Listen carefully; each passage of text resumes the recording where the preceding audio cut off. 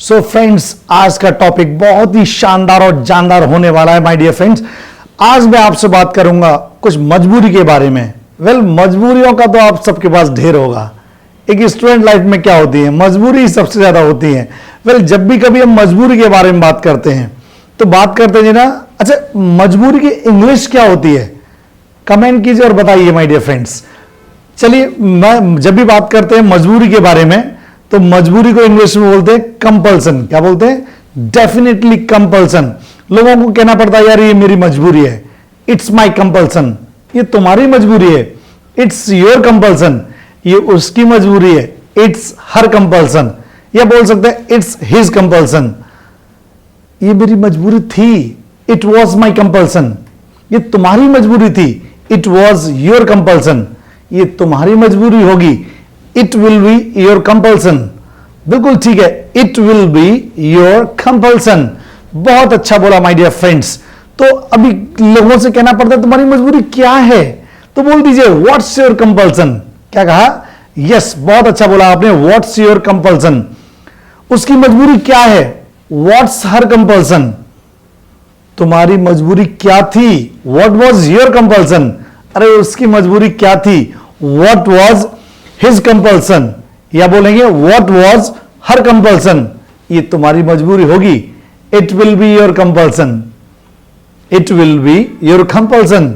ये उसकी मजबूरी होगी, it will be her compulsion. ये तुम्हारी मजबूरी हो सकती है, it can be your compulsion. कहा जाता है जेंटलमैन कि मजबूरी का नाम, हाँ बिल्कुल सही बोला आपने, मजबूरी का नाम महात्मा गांधी। अच्छा, महात्मा गांधी क्यों बोला जाता है, सुभाष चंद्र बोस क्यों नहीं बोला जाता, बताइए जरा। अच्छा, मजबूरी का नाम महात्मा गांधी। देखिए, जिस समय हमारा देश आजाद होने वाला था तो उस समय दो ग्रुप्स बटे हुए थे, एक नरम दल एक गरम दल। हां डेफिनेटली, तो उस समय चारों तरफ देश में बहुत सारे मूवमेंट्स चल रहे थे, बहुत सारे मूवमेंट्स, आंदोलन हो रहे थे माय डियर फ्रेंड। जब देश में चारों तरफ आंदोलन चल रहे थे तो लोगों ने, my dear friends, Gandhi ji के फॉलोअर्स ने बोला कि मजबूरी का नाम महात्मा गांधी। क्यों बोला आखिर ऐसा उन्होंने? इसलिए बोला, जब देश में चारों तरफ आंदोलन चल रहे थे तो गांधी जी के सामने कोई भी रास्ता नहीं था। तब उन्होंने अपने फॉलोअर्स से कहा डू और डाई, मतलब करो या मरो। लेकिन गांधी जी तो अहिंसावादी थे, उसके बावजूद भी उन्होंने ये स्लोगन दिया आपको और हम सभी को माय डियर फ्रेंड्स कि डू और डाई। तब जेंटलमैन लोगों ने ये कहा, गांधी जी के सामने कोई रास्ता ही नहीं था, फिर भी उन्होंने अपने सारे लोगों से कहा डू और डाई। यही रीजन है कि गांधी जी के सामने कोई ऑप्शन ही नहीं था, कोई विकल्प ही नहीं था। तो ऐसा कहा जाता है माय डियर फ्रेंड्स, तब गांधी जी ने यह स्लोगन दिया था डू और डाई। तो फिर लोगों ने, उनके फॉलोअर्स ने इसी को चला दिया कि मजबूरी का नाम महात्मा गांधी। यही रीजन था। इसकी इंग्लिश क्या होती है? Compulsion is the name of Mahatma Gandhi. ये इंडियन इंग्लिश में हो सकता है माय डियर फ्रेंड्स। अगर रियल में हम इसकी इंग्लिश की बात करें तो हम बोलेंगे इट्स अ हॉब्सन्स चॉइस। क्या बोलेंगे? It's a Hobson's choice. बिल्कुल सही बोल रहे हैं। अच्छा समझिए माय डियर फ्रेंड्स, आखिर मजबूरी के लिए हम यूज क्या करते हैं? जब भी कभी कोई काम मुझे करना पड़ता है, मुझे जाना पड़ता है, मुझे कहना पड़ता है, मुझे मिलना पड़ता है, मुझे बताना पड़ता है, मुझे यहां जाना है, कभी कभी ये भी कह देते मुझे जाना है, मुझे खाना है, मुझे पढ़ना है, इनमें भी डिफरेंस है। लेकिन जब भी कभी भी सेंटेंस बोला जाए कि मजबूरी में बोला जाए तब हम यूज करेंगे हैव टू का। क्या यूज करेंगे? बिल्कुल ठीक बोल रहे हैं आप my dear friends, have to. जब भी कभी कहना हो, जब मुझे ये काम करना पड़ता है, आई हैव टू एक्शन। अगर ये काम यू को करना पड़ता है तो यू हैव टू एक्शन, और ही के लिए he has to action, she के लिए she has to action, my father के लिए my father has to action, और माय मदर के लिए my mother has to action, my neighbour has to action, my friend has to action. इस तरीके से आप ढेर फॉर्मूले बना सकते हैं माय डियर फ्रेंड्स। अच्छा, जब कंफर्म करें क्या तुम्हें यह काम करना पड़ता है, जब कोई काम आपको करना पड़ता है तब हम बोलते हैं do you have to action. और यही बात अगर आपको दोस्त के बारे में कंफर्म करनी है, क्या तुम्हारे दोस्त को कोई काम करना पड़ता है, does your friend have to action. अब आप मुझे कमेंट करके मुझे बताइए माय डियर फ्रेंड्स, यहां does your friend have to action होना चाहिए या does your friend has to action होना चाहिए? दोनों में से करेक्ट क्या है? कमेंट कीजिए और बताइए माय डियर फ्रेंड्स। अभी मैं इसे ऐसे ही कंटिन्यू रखता हूं, तो बोलिए does your friend have to action, does your mother have to action. अच्छा, मम्मी के लिए क्या यूज करेंगे हैं, does your mother have to action. अब आप सोच रहे होंगे मम्मी तो एक ही होती हैं, तो हैज टू आना चाहिए। तो माय डियर फ्रेंड्स, पूरे वीडियो में साथ तक बने रहिए, साथ देखते रहिए जनाब। जब तक आप पूरा वीडियो नहीं देखेंगे तो बहुत सारी बातें क्लियर नहीं होंगी। तो आइए और थोड़ा सा प्रैक्टिस करते हैं और फिर उसके बारे में बात करते हैं। Does your mother have to action, और यही क्वेश्चन योर फादर से कंफर्म करना हो तब क्या बोलेंगे, does your father have to action. अच्छा, पापा के लिए हैव लगाएंगे, हैज लगाएंगे, आप समझिएगा माय डियर फ्रेंड्स। अब फटाफट जल्दी से कमेंट कीजिए और मुझे बताइए क्या होना चाहिए। क्या कह रहे पापा एक ही होते हैं, तो हैज ही आना चाहिए। तो एक बात समझिए, does your father have to action. जब भी कभी कोई काम आपसे पूछें क्या तुम्हें करना पड़ता है, do you have to action, क्या उसे करना पड़ता है, does he have to action. अब यहां भी हैव लगाया सर आपने, डेफिनेटली लगाया, लेकिन क्यों लगाया, अब आपको इसका आंसर मैं बताता हूं माय डियर फ्रेंड्स। जब भी कभी भी कहीं भी डज आ गए, तो जब भी डज आ जाए तब हम हैव टू का यूज करेंगे। जब भी कभी भी आपके साथ आप क्वेश्चन डज से कंफर्म कर रहे हैं तो वहां हैव टू ही आएगा, चाहे वो फादर की बात हो, चाहे मदर की बात हो, चाहे नेबर की बात हो, और चाहे मना भी कर रहे हो, जैसे I don't have to action, you don't have to action, he doesn't have to action. अब ही आ गया, अब डज नॉट आ गया। यहां डजन, मैंने अभी कहा था कि डज के साथ में हमेशा हैव टू का यूज करते हैं। तो इसे इसी तरीके से याद कर लीजिए जेंटलमैन कि जब भी कभी भी डज यूज हो रहा होगा तो वहां हैव टू ही यूज होगा। तो he doesn't have to action, she doesn't have to action, my father doesn't have to action, my mother doesn't have to action, my neighbour doesn't have to action. बिल्कुल सही है। अब आप यहां पर जो है ना बहुत सारे एक्शन लगा सकते हैं, लेकिन ये सारी बात कब की हुई है, ये प्रेजेंट में जब कोई काम करना पड़ता है। लेकिन जब कोई काम आपको पास्ट में करना पड़े तब क्या यूज करेंगे, यस डेफिनेटली, बिल्कुल सही बोला, I had to action. Present में नहीं, जब पास्ट में, यही वाली बात समझनी है। जब कोई काम करना पड़ता है तब हम यूज करेंगे आई हैव टू एक्शन, और जब कोई काम करना पड़े, मुझे ये काम करना पड़ा, मुझे जाना पड़ा, मुझे कहना पड़ा, मुझे सोचना पड़ा, मुझे उसे समझाना पड़ा, तब यूज करते हैं I had to action. You के लिए यू हैड टू एक्शन, और अगर ही के लिए बोले तो he had to action. Yes में है तो हैड टू का यूज करेंगे। अब मना करना होगा तो अब समझिए, जरा क्लियर करता हूं इन सारी चीजों को।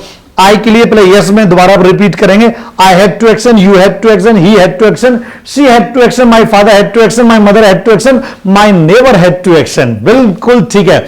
अब जब मना करना हो पास्ट में, I didn't have to action, बिल्कुल ठीक है, I didn't have to action. You के लिए you didn't have to action, he didn't have to action, she didn't have to action, my father didn't have to action, my neighbor didn't have to action। जब past में use से confirm करना हो तब क्या use करेंगे, आइए फटाफट जल्दी से बोल लेते हैं माय डियर फ्रेंड्स। एक बात याद रहे, मैं हर वीडियो में एक बात हमेशा कहता हूं कि बोलने से ही बोलना आता है और लिखने से लिखना आता है। जितनी बार आप बोलेंगे, हर बार बोलना पड़ेगा, हर बार बोलना पड़ेगा माय डियर फ्रेंड्स। लाउडली बोलिए, प्राउडली बोलिए। अगर आप डेफिनेटली बहुत अच्छी शानदार फ्लुएंसी चाहते हैं अपने अंदर, तो इस वीडियो को बार बार, हर बार, जब भी टाइम मिलता है माय डियर फ्रेंड्स, इन्हें बार बार इनके साथ साथ बोलिए, इसके साथ साथ बोलिए, इसके साथ साथ प्रैक्टिस कीजिए, जितनी बार हो सके उन्हें रिपीट कीजिए, क्योंकि बस यही चीज है, जितना ज्यादा आप रिपीट करेंगे, क्योंकि यहां से वहां ट्रांसफर हो जानी चाहिए माय डियर फ्रेंड्स।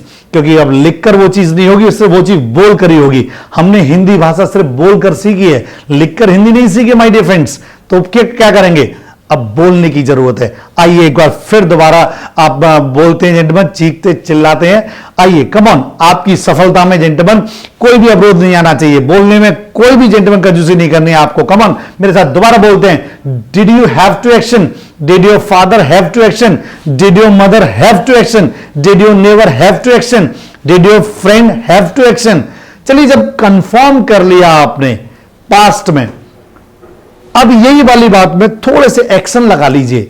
जैसे वक्त बेवक्त काम करना, आखिर वक्त बेवक्त काम करने की इंग्लिश क्या होती है? बिल्कुल सही सोच रहे हैं आप। वक्त बेवक्त काम करने की इंग्लिश होती है वर्क इन ऑड आवर्स। क्या होती है? Work in odd hours. बिल्कुल ठीक है। अगर आपको पूछना है क्या तुम्हें वक्त बेवक्त काम करना पड़ता है, तो फौरन पूछ लीजिए my dear friends, do you have to work in odd hours? बिल्कुल ठीक है, बहुत अच्छा क्वेश्चन बनाया आपने। क्या बोला, एक बार रिपीट कीजिए, लाउडली और प्राउडली बोलिए my dear friends, do you have to do you have to work in odd hours? क्या बोला? Do you have to work in odd hours?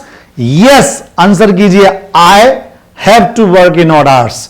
और मना करना हो कि मुझे वक्त बेवक्त काम नहीं करना पड़ता है, I don't have to work in odd hours. क्या बोल रहे हैं आप? I don't have to work in odd hours. क्या तुम्हारे पापा को वक्त बेवक्त काम करना पड़ता है? बिल्कुल ठीक है my dear friends. Does your father have to work in odd hours? क्या तुम्हारे पापा को वक्त बेवक्त काम करना पड़ता है? Does your father have to work in odd hours? मुझे कहना कि हां मेरे पापा को करना पड़ता है। अब लगाइए, my father has to work in odd hours. बिल्कुल सही बोल रहे हैं, my father has to work in odd hours. अगर मुझे कहना हो कि मेरे पापा को वक्त बेवक्त काम नहीं करना पड़ता है, my father doesn't have to work in odd hours. Very good, very good, बहुत अच्छा बोल रहे हैं my dear friends. Come on, और बोलिए, जोर से बोलिए और बार बार रिपीट कीजिए, my father doesn't have to work in odd hours. बहुत अच्छा। क्या तुम्हारे दोस्त को वक्त बेवक्त काम करना पड़ता है? Does your friend have to? बहुत अच्छा बोला, does your friend have to work in odd hours? My friend has to work in odd hours. और नहीं करना पड़ता तो my friend doesn't have to work in odd hours. बहुत अच्छा माय डियर फ्रेंड्स। अब मुझे कहना पड़ता है कि मुझे जल्दी जाना पड़ता है, I have to go too early. I have to go too early. Very good. I don't have to go too early. मुझे जल्दी नहीं जाना पड़ता है, I don't have to go too early. क्या उसे यहां आना पड़ता है? Does he have to come here? तो he has to come here, या he doesn't have to come here. बहुत अच्छा बोला माय डियर फ्रेंड्स। अगर यही बात आपको पास्ट में कंफर्म करनी है, क्या तुम्हें जल्दी जगना पड़ा? क्या तुम्हें जल्दी जगना पड़ा? Did you have to get up early? अगर मैं कहूं कि हां मुझे जल्दी जगना पड़ा, I had to get up early. बहुत अच्छा, I had to get up early. अच्छा, देर रात तक पढ़ना या रात रात जगकर पढ़ाई करना माय डियर फ्रेंड्स। रात रात जगकर पढ़ाई करने की इंग्लिश होती है बर्न योर मिडनाइट ऑयल। क्या होती है? बिल्कुल अच्छा बोल रहे हैं, बहुत अच्छा एक्सप्रेशन है, बहुत शानदार एक्सप्रेशन है माय डियर फ्रेंड्स। बहुत लोग बोलते हैं, अब क्या है ये? Burn your midnight oil. बिल्कुल सही है, बर्न योर मिडनाइट ऑयल मतलब रात रात जगकर पढ़ाई करना, देर रात तक पढ़ना। तो चाहिए और बोलिए, क्या तुम्हें रात रात जगकर पढ़ना पड़ा? Did you have to burn your midnight oil? अगर मुझे यस में आंसर करना है तो क्या कहूंगा? डेफिनेटली बिल्कुल सही बोल रहे हैं, I had to burn my midnight oil. अगर मुझे मना करना है तो आई पास्ट में, बिल्कुल सही, बिल्कुल सही, I didn't have to burn my midnight oil. बहुत अच्छा, वेरी नाइस।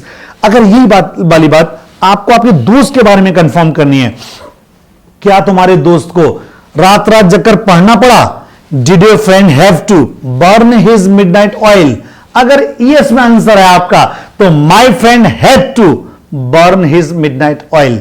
बहुत अच्छा माय डियर फ्रेंड्स, बहुत अच्छा, शानदार बोल रहे हैं। तो हम बात करें मजबूरियों के बारे में कि जब कोई काम आपको करना पड़ता है, प्रेजेंट में आई हैव टू, पास्ट में आई हैड टू। तो इसी तरीके से बहुत ज्यादा बोलिए इसे और बार बार बोलिए और खूब प्रैक्टिस कीजिए। सो माय डियर फ्रेंड्स, इस वीडियो को जितना ज्यादा आप सुनेंगे, जितनी बार सुनेंगे, उतना आपका बेनिफिट होगा। और माय डियर फ्रेंड्स, काइंडली उन जरूरतमंद लोगों तक पहुंचाइए इन सारी चीजों को, कि जो लोग यहां आ नहीं पाते, कोचिंग इंस्टीट्यूट ज्वाइन नहीं कर पाते, एटलीस्ट घर पे बैठ के इन सारे वीडियोस की प्रैक्टिस कर सकते हैं और बहुत सारे सेंटेंस और भी बना सकते हैं। मैंने तो कुछ ही एक्शन लगाए हैं माय डियर फ्रेंड्स। आप कम से कम इससे 50 सेंटेंस बनाइए, कम से कम 50 सिंगुलर के लिए बनाइए, 50 प्लूरल के लिए बनाइए, 50 सेंटेंस पास्ट में बनाइए, और पास्ट में भी जेंटलमैन 2-3 सब्जेक्ट ले लीजिए। तो देखिए एटलीस्ट 200-300 क्वेश्चंस के आसपास बनाइए।